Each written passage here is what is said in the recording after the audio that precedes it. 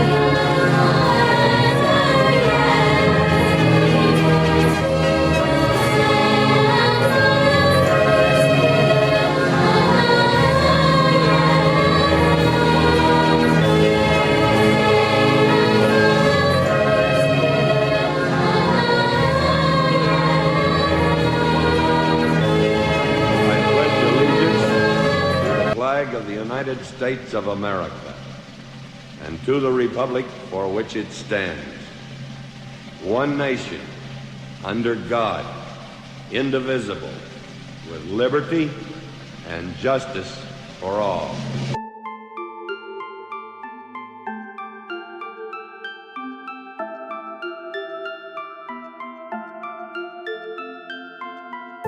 Unlocked and into the dark. Some things are better left unknown. And I'll never find you here, 'cause no one's ever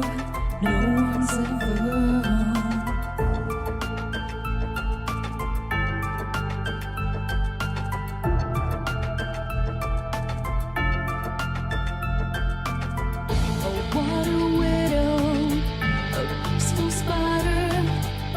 When the glass is clean, she's a sneaky hider.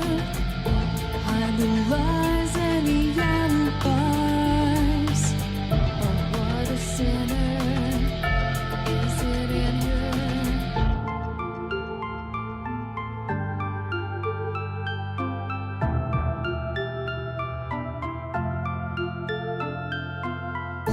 What's the truth in this riddle? Is love really just this simple? I can't seem to find my way in this world that never stays.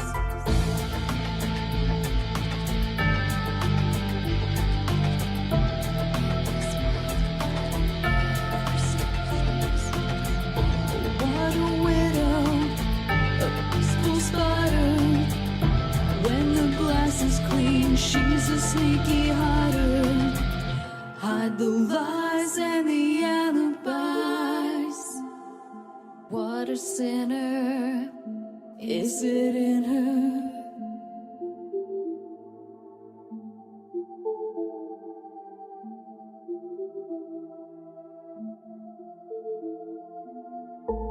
Is this real? Just illusion? I'm lost in the wonderland of confusion.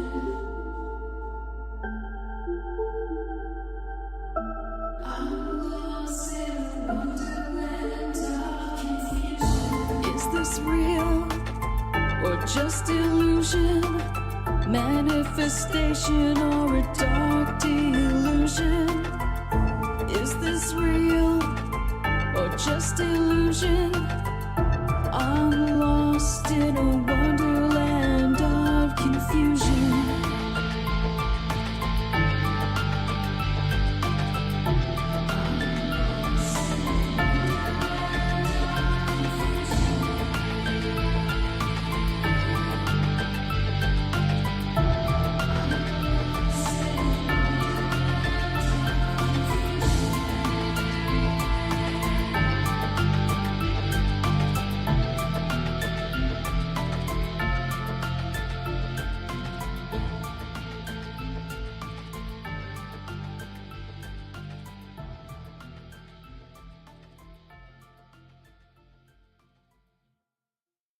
Ripon Rabbit Hole is a community-driven radio. At times the community comments may reveal prejudices and other beliefs that we or our sponsors do not condone. Views or opinions expressed by the community, callers, or guests, are those of the individual speaking and do not represent the views or opinions of this site. Ripon Common Sense content is intended for mature audiences only. Enjoy.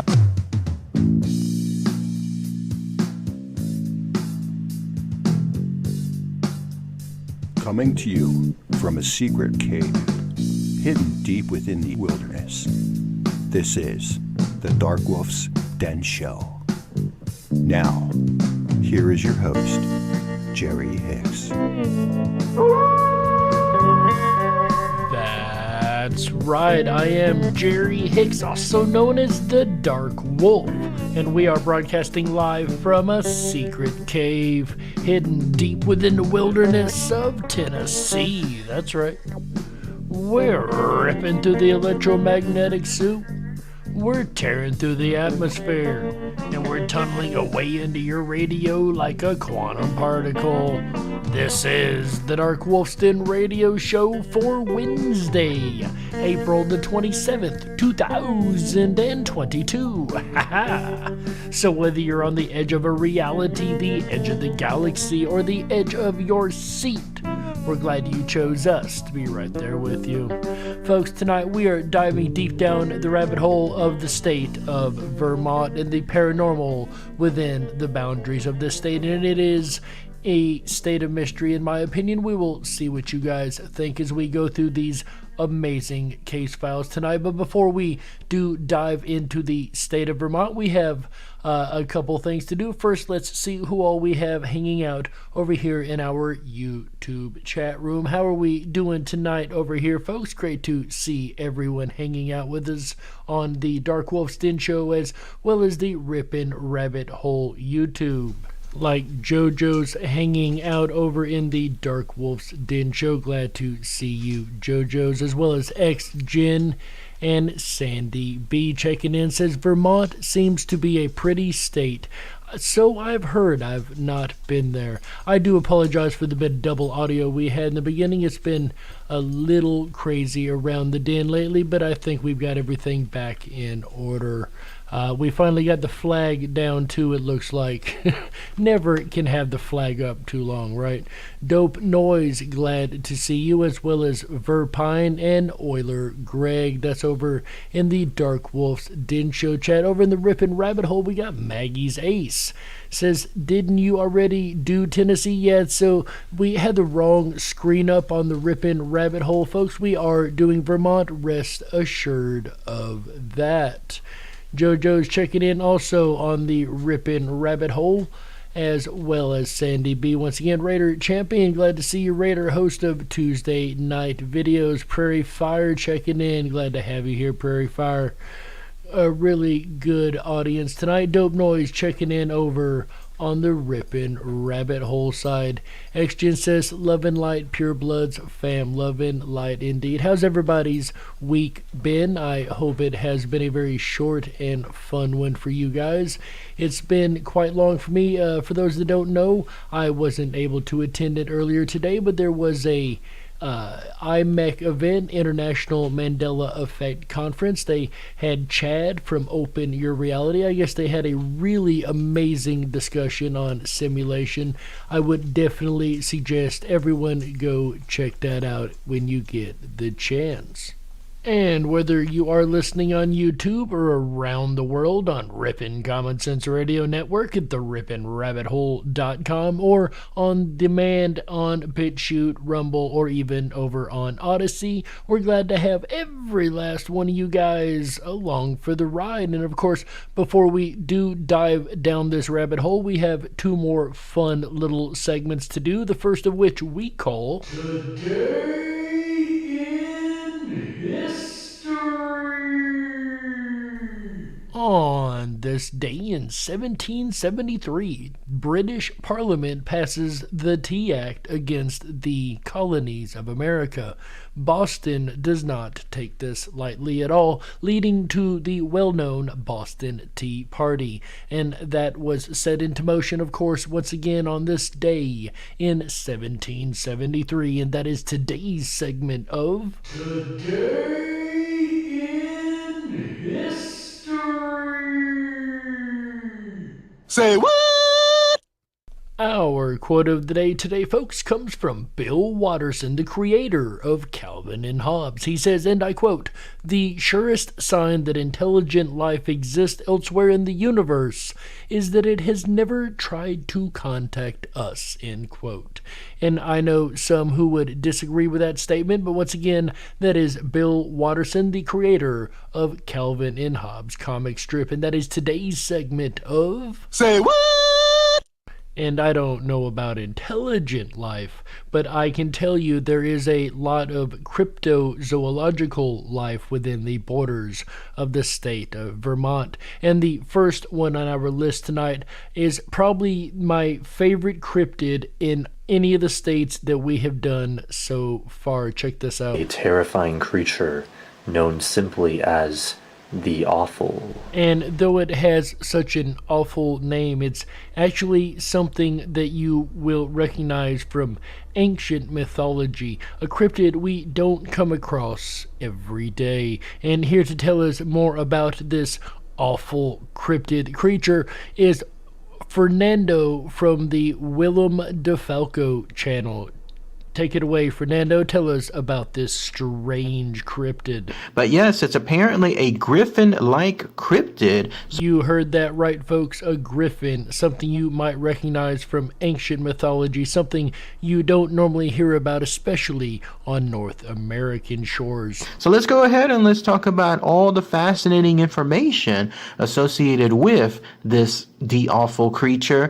But yes, so what was this the Awful? Well, the Awful was apparently a griffin-like creature that first began to be seen there in Vermont, specifically in Richford, Vermont, and then later in Berkshire, Vermont, in 1925. No exact date, like in terms of something along the lines of a month or a day, but cut it to around that time period, and then that's where people started to see this unknown flying beast. Whatever it was, it apparently decided to make a quick home right over there in those areas, and then it caused these sudden appearances there. First, let's talk about its actual appearances altogether. When you think of the name Griffin, you immediately think of a winged beast. I know that's exactly what I think of, the big griffin creature with wings and the tail of a serpent from ancient mythology, right? Well, that's essentially what this thing was. It was apparently very, very large. It had a 20-foot wingspan. Imagine something like that. What's that? Almost like a bus when it comes to a school bus size. So this is no small creature at all, with a wingspan the size of a full bus. It had a grayish color associated with it, had a very long tail that was considered serpentine. I don't know if that exactly was because maybe it had scales tied to it, or if it was just long and then it would just undulate and move back and forth like a snake would, something along those lines. But by far one of And Mandani Mall checking into the chat. What a large creature. This thing sounds absolutely strange. Carol's Cookies checking in. Glad to see you, Carol. As well as Verpine already. Hello, Michael Fontaine. Glad to see you, my friend. one of its most outstanding features were its claws. Its claws were talons, just immense talons, the kind of stuff that were apparently so large. And again, this being back in the 1920s, people stated, the ones that they saw, the claws, that it could easily grasp an old-style milk can. And those things, of course, not very small at all. Easily able to grasp a human if they could grasp an old school milk can. So there you go, folks. A griffin, something we don't normally run across in our cryptid creatures. One of my favorites, I've got to say. Next up on the list, a very, very famous cryptid. I know we don't normally go over famous cryptids, but this sea monster has been called America's Loch Ness Monster. It is, of course, Champy of Lake Champlain. We all know about Nessie, but have you heard about Champy? Champ or Champy is the name given to the monster residing in Lake Champlain. This freshwater lake is one of the deepest in North America and shares its waters with New York, Vermont, and parts of Quebec. For years, the legend of Champy has grown, and today there's been hundreds of sightings of this elusive creature.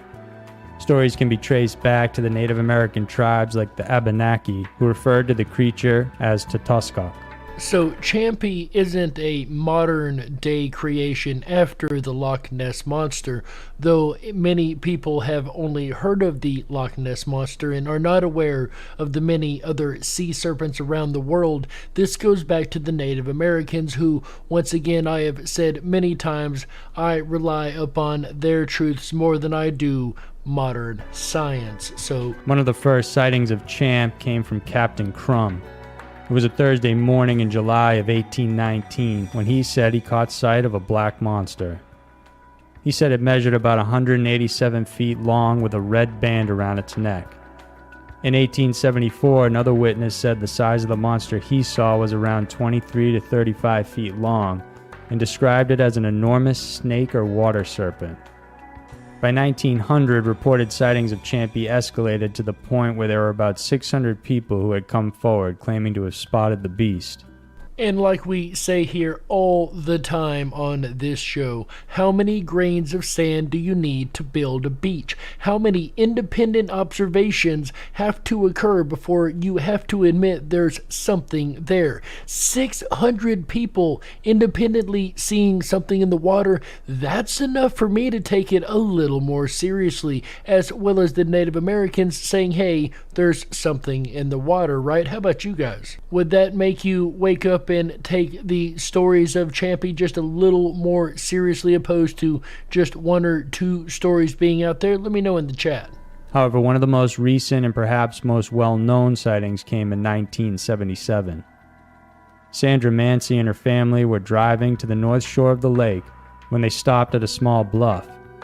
The children waded in the water when Sarah spotted what she thought was a school of fish about 150 yards away.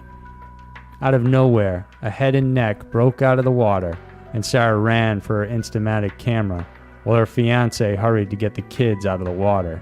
For those that don't know, an Instamatic camera was something they had back in the day where, you actually had to take a picture on this thing called film and get it processed, and you didn't have a digital device to grab a quick picture back then. But that's actually quite important to have that kind of physical evidence, and here's why. They said they watched the creature for around 4 to 7 minutes before it disappeared underneath the water again.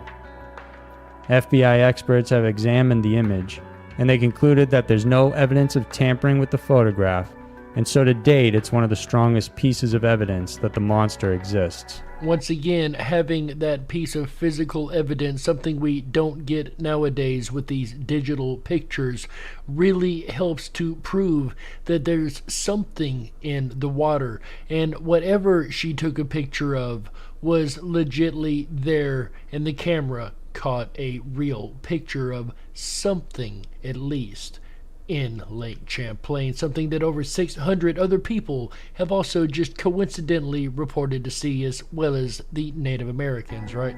Perhaps even more compelling was video footage caught by 2 fishermen using a digital camera. This was released by ABC News in the summer of 2006, and it shows an unusual creature underwater along with what seems to be a large body disturbing the surface. Those who believe that Champy does exist suggest it could be a plesiosaur just like Nessie. And I've said before, I do not rule out the possibility of dinosaurs existing into modern day. The body structure, including the fins and long snake-like neck, is similar, However, cryptozoologist Roy Mackle suggests it could be a Basilosaurus. This is a primitive type of whale that has a long snake-like body and snout. What's important is that a fossil of this whale was found in Charlotte, Vermont, so it's a fact they lived in the area at some point. But whether or not it survived and is still thriving today remains to be proven. There you go, folks. That is, once again, Champy of Lake Champlain, America's Loch Ness Monster, located in Vermont. Nonetheless, such a little state for such a large amount of paranormal. And it's not only got the cryptid creatures, but I would like to take a moment and do something a little different on this show before we get into the ghosts in the second half.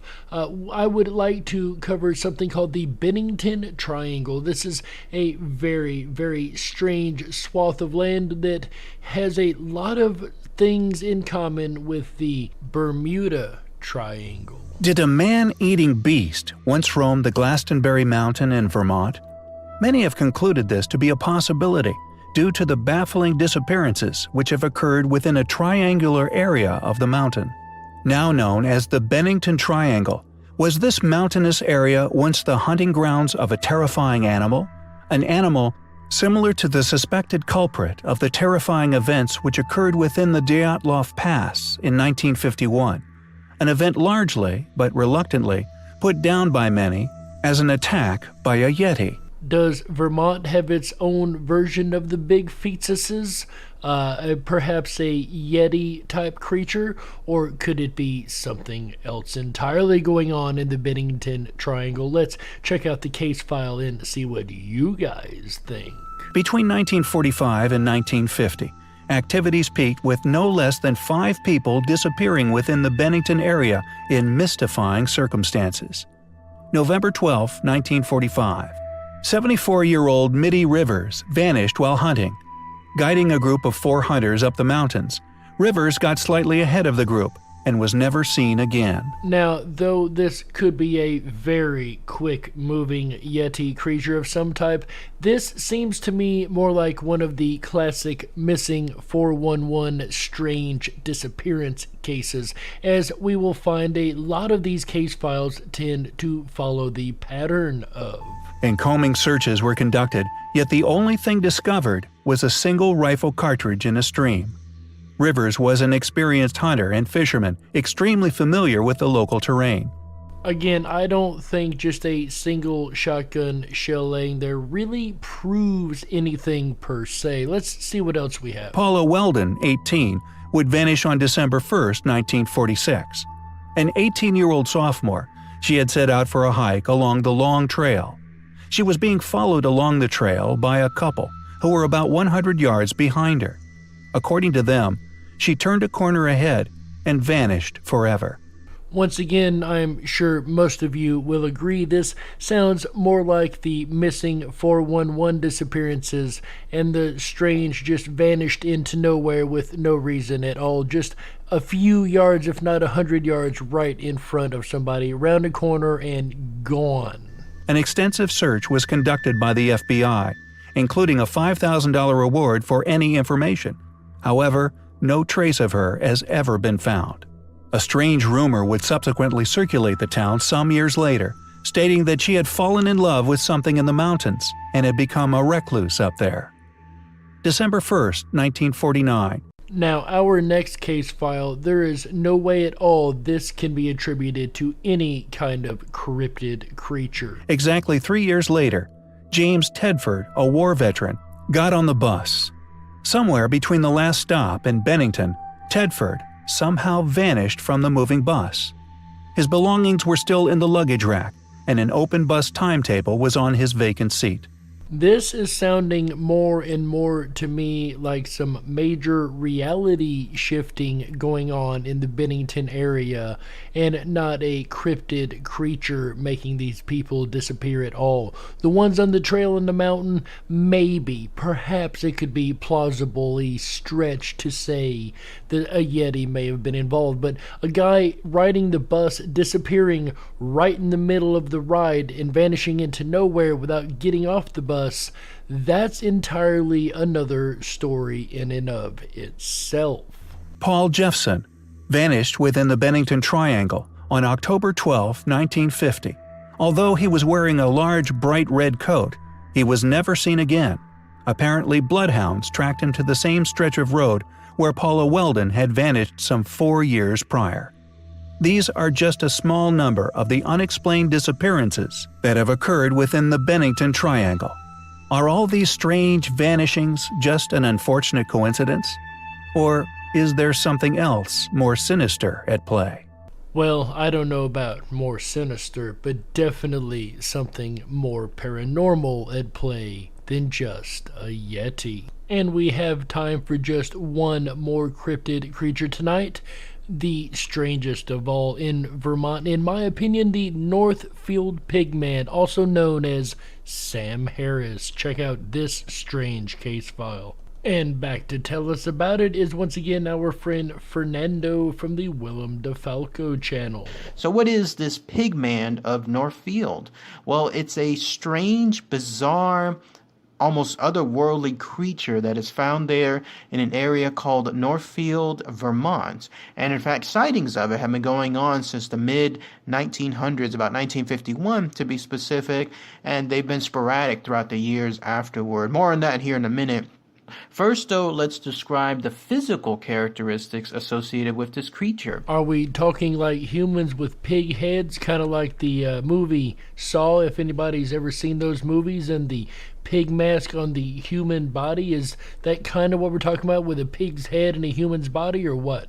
Imagine if there was a humanized pig. In other words, if you took your average pig and then mishmashed it with a human, it would be a human-sized male. It would have a walking stance, it would have arms, it would have legs, right, just like a male would, but it would have white hair covering its entire body. What do you mean white hair covering its body? Like an ape or a Bigfoot or what? I don't know if this is like hair that is very shaggy like a Bigfoot or more trimmed and so on. But the most distinct feature associated with it is whatever this thing is clearly has the face of a pig. Now, it's been two avenues when it comes to this face. Either A, it is its natural face. In other words, it's truly the face of a pig. Just like if you took a pig and placed that pig's head on a man's body, that's essentially what you're looking at. Very grotesque, though, when it comes to that, no? See, that makes me think of some kind of experiment, right?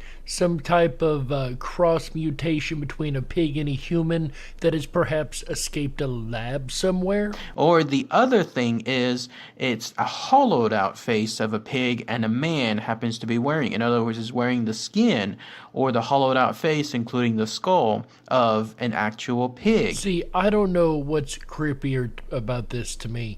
Whether it is a crossed creature of a human and a pig, or a man literally wearing the skin of a pig. Both of them are quite disturbing, in my opinion. That ties into more along the urban legend of Sam Harris, and you'll know why again here in a minute. But yes, think of those characteristics, just a humanized pig. Some other people describe it somewhere along the lines of a Bigfoot size as well, so larger, in other words, than your average man, and that's essentially what this Pigman of Northfield is. And again, because it's distinctly found in the hills of Northfield, Vermont, that's why it's called the Pigman of Northfield. Now, we did mention the Bigfoot or Yeti in the Bennington Triangle case, but like I mentioned then, I don't think that was a Yeti creature. However, this could be a version of the Bigfoot in Vermont.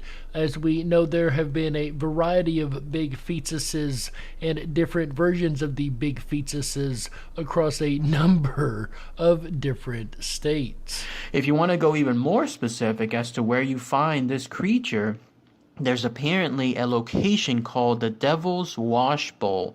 And if you go to that area, there's a cave there. That's where people have gone and inspected it. They've gone inside.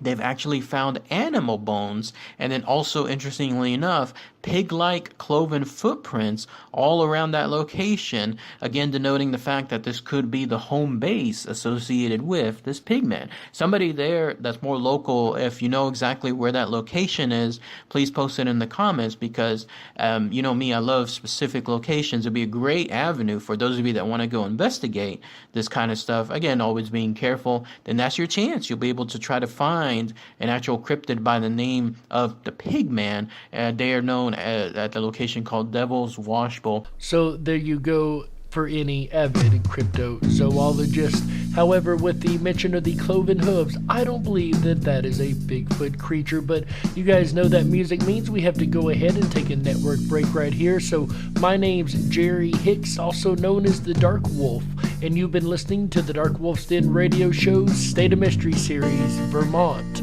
exclusively on Ripon Common Sense Radio Network, the Ripon Rabbit Hole. We'll be right back with the second half of Vermont and the hauntings in the great state right after these messages. Stick around. Don't touch that dial. That's right. We gotta stoke the fires and run off the men in black. Don't touch that dial. We'll be right back.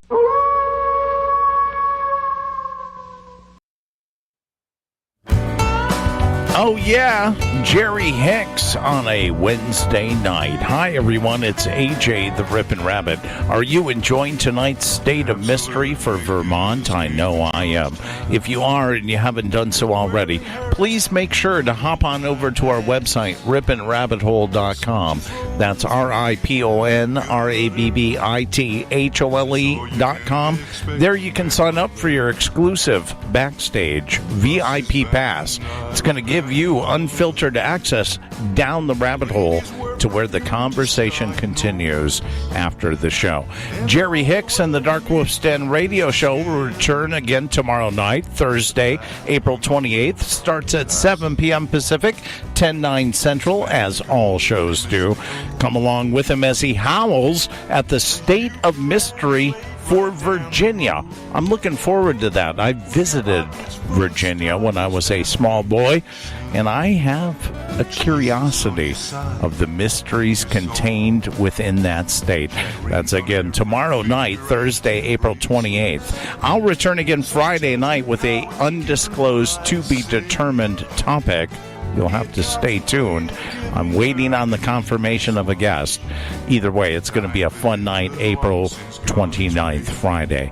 And then Saturday, April 30th, come along with me as we dive through the exploration of the Great Epiphany, a new book by author Wayne Beachy, and he'll be here to tell us all about it, along with his editor, Mrs. Heather Conroy, which I think you may know.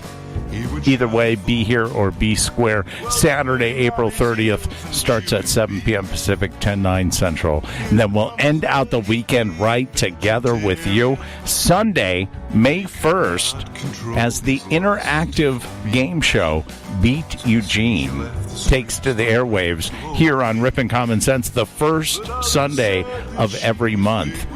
Get your fat fingers ready to play an evening of games, puzzles, riddles, challenges, and an Elon Musk cologne question that could solve the end dispute as to who will beat Eugene. Will you, or perhaps will he beat you?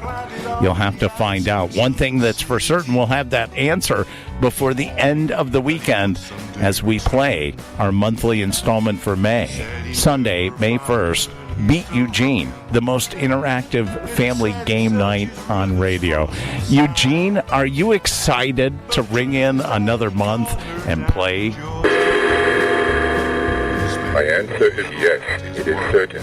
It is certain. Oh my goodness. But that's not the end of the games. Tuesday night videos, first Tuesday of every month, May 3rd, in the Backstage VIP Lounge. I love the 70s.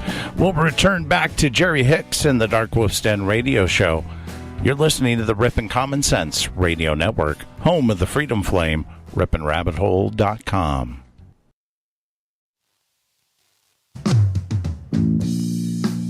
If you were meant to be controlled, you would have come with a remote but you didn't. And that's why you listen to the Dark Wolf's Den Show. Now, here is your host, Jerry Hicks. That's right, I am Jerry Hicks, also known as the Dark Wolf, and welcome back to the second half of the Dark Wolf's Den radio show for Wednesday, April the 27th, 2022. So whether you're on the edge of a reality, the edge of the galaxy, or the edge of your seat, we're glad you chose us to be right there with you. Folks, if you did not catch the first half, we went over a number of cryptid creatures and strangeness within the state of Vermont, but that's only the beginning of the paranormal in this strange state. That's right, we have a lot of hauntings in the state of Vermont also, and that's what we're going to pick up right now with Lake Bomacine. Lake Bomacine in Fairhaven has become renowned amongst ghost hunting enthusiasts due to an eerie and almost commonly seen phenomenon. Locals tell tale of 3 men who set off across the lake to the tavern in a rowboat. They were never heard from again, with only the empty rowboat arriving at the opposite shore. At night, many have sighted the men and their rowboat, slightly transparent, stuck rowing the lake for all eternity. Once again, we have yet another strange disappearance within the borders of Vermont. I'm telling you guys, there is some kind of interdimensional portal or something there that is literally nabbing people. The Brattleboro Retreat.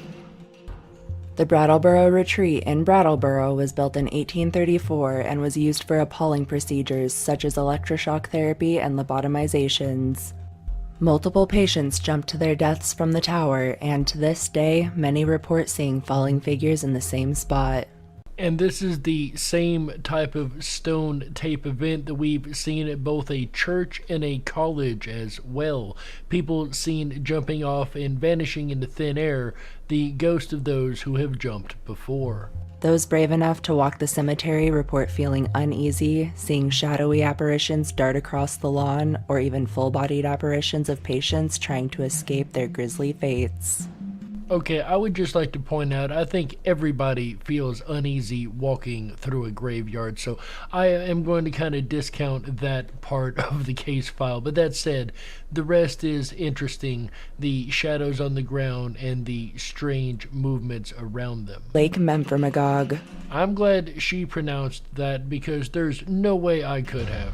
Multiple reports have sprouted up from the shores of Lake Memphremagog in Newport, where many claim to have seen the terrifying apparition of Mad Anthony Wayne, a Revolutionary War general who is said to appear and terrify those around with his commanding and intimidating presence. According to legend, Mad Anthony has some company, as the lake is also said to be home to a mythical sea serpent named Memphrey, who has been sighted multiple times cutting through the waters. Well, it's not often that we hear about a cryptid creature that we missed during the first half during our haunted part of the episode, but there you go, folks, yet another cryptid creature in the state of Vermont. The Vergennes Opera House. The Vergennes Opera House in Vergennes was built in 1897 and holds more than just performances, according to the locals. Many reports throughout the years detail shadow figures backstage, strange electrical malfunctions, and light switches even turning on and off by themselves. And we know in a lot of case files we find this electrical interference phenomenon, so that actually matches up pretty well. Also reported are odd banging noises, chairs moving on their own, footsteps up the stairs, and a full-bodied apparition that appears on the balcony overlooking the street below. So it sounds like this opera house has a wide variety of very active haunting activity going on. Not necessarily a classified caretaker ghost or anything of that nature, but definitely something around this building. A lot of traumatic, emotional energy, for sure, manifesting itself here. Norwich University. As you guys know, we try to cover the haunted colleges and universities of each state as we're able to, and it seems that they usually tend to carry the most haunted activity within their borders, if you will. Let's see what all the University of Vermont has to offer, and if it keeps the same characteristics as our previously haunted colleges. Norwich University in Northfield was founded in 1819 and has reported haunted hotspots scattered all over campus. In Alumni Hall, the ghost of a student who hung himself, as well. Excuse me, University of Norwich. I stand corrected. Sorry about that, guys. Caught my little misspeak. Hey, Errol Taylor, glad to see you. As well as his brother, who shot himself, are said to forever dwell here. In Chaplain Hall, a spirit is said to hang around the front door, even making books float when it was still a library. Many staying in Hawkins and Ransom halls wake up feeling unable to breathe, and a ghostly woman guards the gate to Sabine Field, appearing especially on foggy nights and before games. I wonder if living in one of these haunted universities would be like living at a Hogwarts university, right? Anybody? No? I don't know. Anyway, let's see what we have next on our list tonight, folks. Shelburne Museum. The Shelburne Museum in Shelburne was founded in 1947 and has become renowned in paranormal circles due to two mysterious hauntings surrounding the premises. In the Red Colonial House, a ghostly old man can be seen hunkered down watching all who pass. Those who see him report feeling uncomfortable, as if he doesn't want them there. The second haunting is that of a little girl in a red coat. She has been seen crying and has even talked with unsuspecting visitors before vanishing into thin air. So not a whole lot to go on with those two case files. A lot like the caretaker ghost, however, the first one says it gives off the presence of not wanting people there, so between the two of them, they both have different traits of the caretaker, but neither one could I pin down and say, yes, that's what this is. Tunic Road. Tunic Road runs through the small community of Shaftesbury, which was chartered in 1761 and named for the Earl of Shaftesbury. This road may appear ordinary at first glance, but it's built quite the reputation, as those brave enough to travel it at night report catching orbs in photographs, hearing strange cries throughout the trees, and seeing ghostly soldiers marching through the area. Several walking the road at night have even resorted to calling the police upon seeing a dark and ominous figure following them at an ever-increasing pace. What I find very intriguing about this is the soldiers marching down the road when it doesn't appear to be a known battlefield per se, right? The University of Vermont. The University of Vermont in Burlington was founded in 1791, making it one of the oldest universities in the United States. It's also considered the most haunted school in Vermont and one of the most haunted universities in the country. What I find very intriguing, and we've seen this also in a number of other haunted universities, every single house or building on the property seems to be haunted by a different ghost with a completely different personality altogether. In the Bittersweet House, a female ghost in late 19th century garb likes to pop up unexpectedly. So this almost sounds like a playful ghost, right? Just popping up unexpectedly. In the Allen House, an unseen presence lurks on the top floor, causing it to get extremely cold. This one seems to have more of a negative connotation, just lurking in the upper floor, causing a major temperature differential. The Counseling Center is haunted by Captain Jacobs, a retired seaman who died in the early 20th century.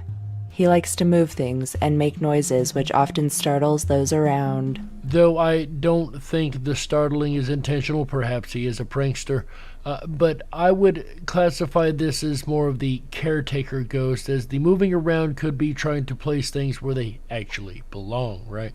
In the Redstone Hall dorms, an apparition has been known to appear on the back staircase and has been spotted going through walls. Perhaps from a time when the college was constructed just a little bit differently. Converse Hall is said to be haunted by a student who committed suicide, whose ghost likes to turn lights on and off. And this one, of course, completely meets our recipe: high trauma, high emotion, high chance of haunting. Lastly, in Simpson Hall, students report waking up feeling frozen, unable to move, and like someone or something is in bed with them. Now that one actually sounds pretty scary. Waking up and not being able to move, I don't know if I'd like that too very much. Goldbrook Covered Bridge. The Goldbrook Covered Bridge, also known as the Stow Hollow Bridge or Emily's Bridge, was constructed in 1844 and is the only surviving 19th century covered bridge in Vermont. Now, I don't know about you guys, but I know I love those old wooden covered bridges. It's something you really don't find pretty well anywhere anymore, so I just absolutely love that old-fashioned style anyway. This unassuming wooden bridge has rapidly become known as one of the most haunted bridges in North America. As the legend goes, Emily, a teenager in the 1920s, was scheduled to be married, but her groom never showed. Though there are many versions of what happened next, it's generally accepted that Emily met her end at the bridge. And I know I sound like a broken record every week, but this perfectly fits our recipe for a very strong haunting at that, and that is very high trauma, very high emotion, at the time of death, very, very strong haunting. She can be seen wandering the surrounding area at night and has even been known to attack any who cross her path. Multiple investigations of the area have been conducted. It's one thing to have people's claims, but it's another when you conduct an investigation and come out with actual evidence of the haunting, right? Resulting in abnormally high EMF levels, disturbing EVPs, orbs, and even full-bodied apparitions showing up in photographs. Several reports have sprouted up in which victims inside their vehicles have been attacked by ghosts, some even receiving scratches and bruises from their encounters. Now, aside from poltergeist cases, of course, there's not a whole lot of cases where the spirit attacks the person. Again, it's not out of the realm of plausibility. There are case reports, don't get me wrong. They're just very few and far between in comparison, right? Here, however, we have one of those reports. Also reported by visitors are strange mists floating erratically through the area, the form of a woman that can be seen just out of the light, phantom screams, electrical malfunctions, and the sounds of something unseen running up behind people. So it would appear that this place has a very, very high amount of very strong paranormal activity, once again due to the high trauma plus high emotion experienced in the area. And we've got time, it looks like, guys, for one more case file tonight. It's the Quiche Inn in Hartford. Built in 1793, this was the home of John and Jane Porter. Jane is said to still inhabit the home. She has been seen around the main hallway of the home and the dining area. So apparently she loved the home so much she decided to never leave. More or less like a caretaker ghost, right? Disembodied footsteps and whistling are heard, and a male spirit is said to move items and play with the lights. I'm going to stick by my original statement that it is more likely than not a caretaker ghost, but I guess I was wrong. It looks like that was a little shorter than I thought it would be, and we have time for yet another case file, folks. Number 4 is the Eddy House in Chittenden, the former home of Zephaniah Eddy, whose 3 children were supposedly psychic. They were said to play with spirits of children, and in the home there were disembodied voices, loud pounding sounds, and even tremors, but only in the house. See, this one's a little different than your common haunting case file. In most case files, it tends to be a ghost. However, I would argue that in this particular case, when you have 3 children who all have gifted abilities, I would say it's probably them causing the activity opposed to an actual ghost. At least that's my opinion, right? They were expelled from school due to their psychic powers, and then they were also beaten by their father and sold to a circus. They returned home after their father died and conducted nightly seances, which were supposedly found out to be legit. In which case, there's no telling what could be on the grounds. But what do you guys think? From the incredible cryptid creatures to the strange hauntings and the many, many disappearances in Vermont. Is perhaps Vermont a state of mystery, or are we barking up the wrong tree? In the end, folks, all you can do is look at the evidence, apply a little common sense, and you be the judge.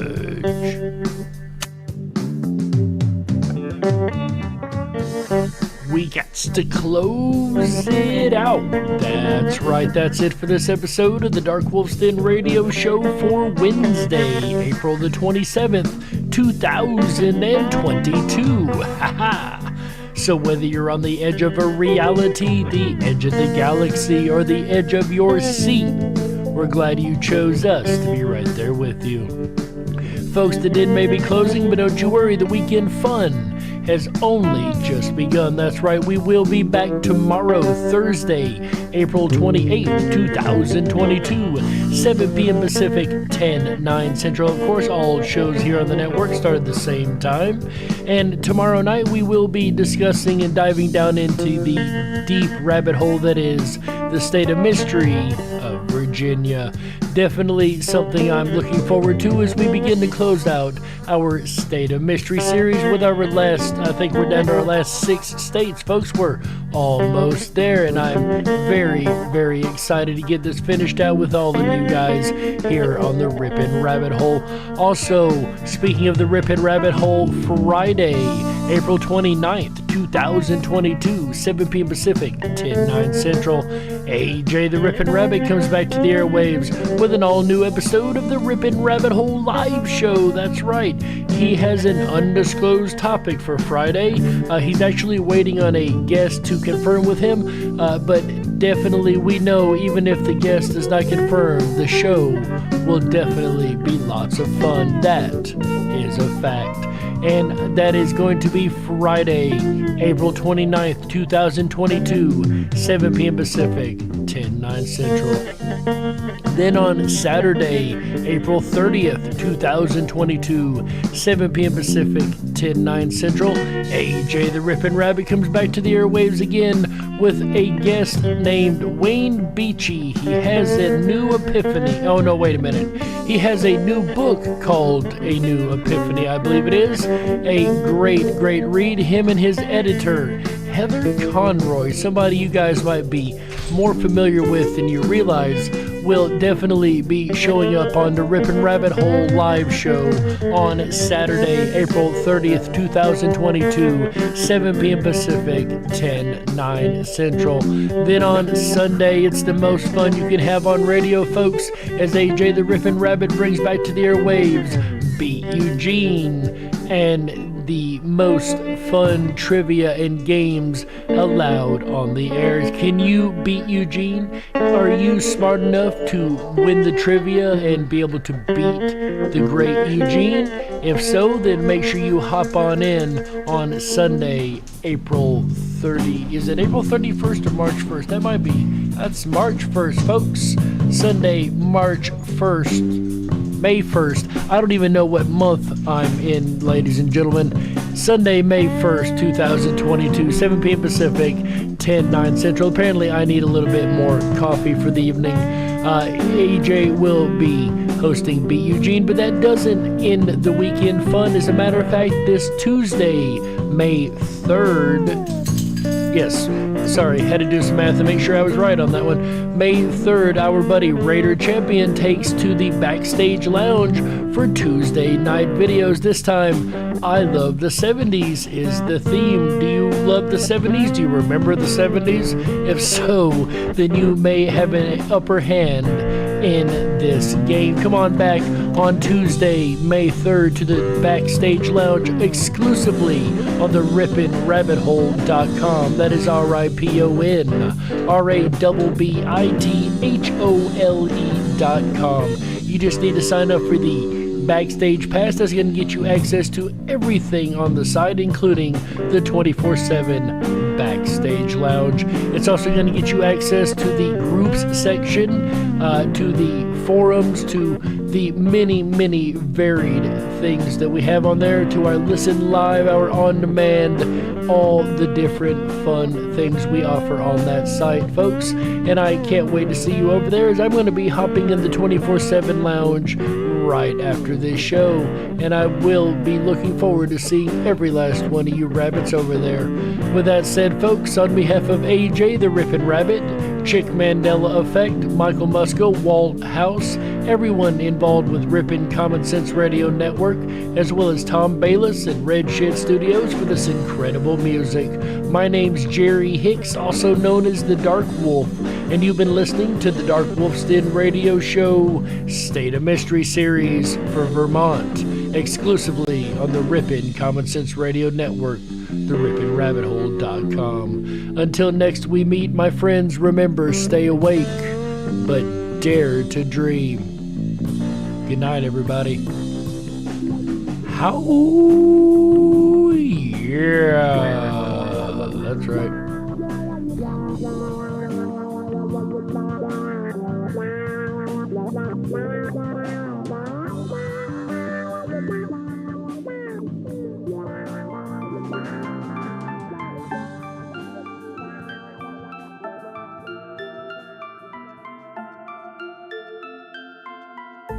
Unlocked and into the dark. Some things are better left unknown.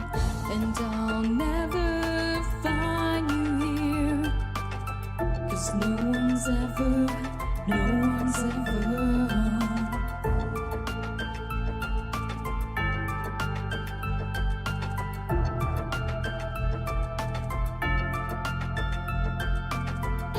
What a widow, a peaceful spider. When the glass is clean, she's a sneaky hider. Hide the lies and the alibis. Oh, what a sinner, is it in her?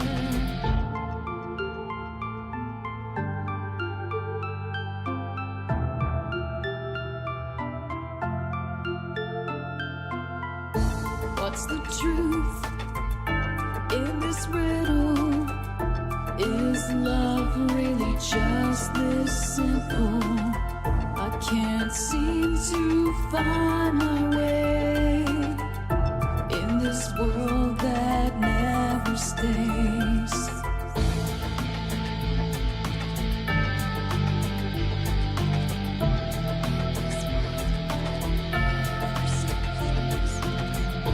What a widow, a peaceful spider.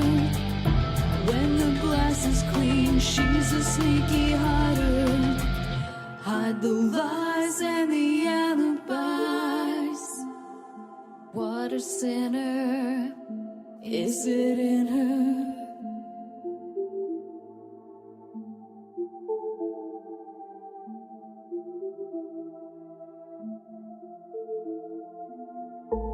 Is this real? Just illusion? I'm lost in the wonderland of confusion.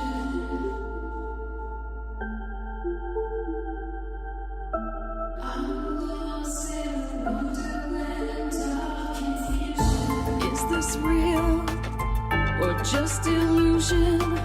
Manifestation or a dark delusion?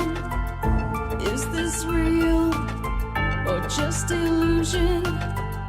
I'm lost in a wonderland of confusion.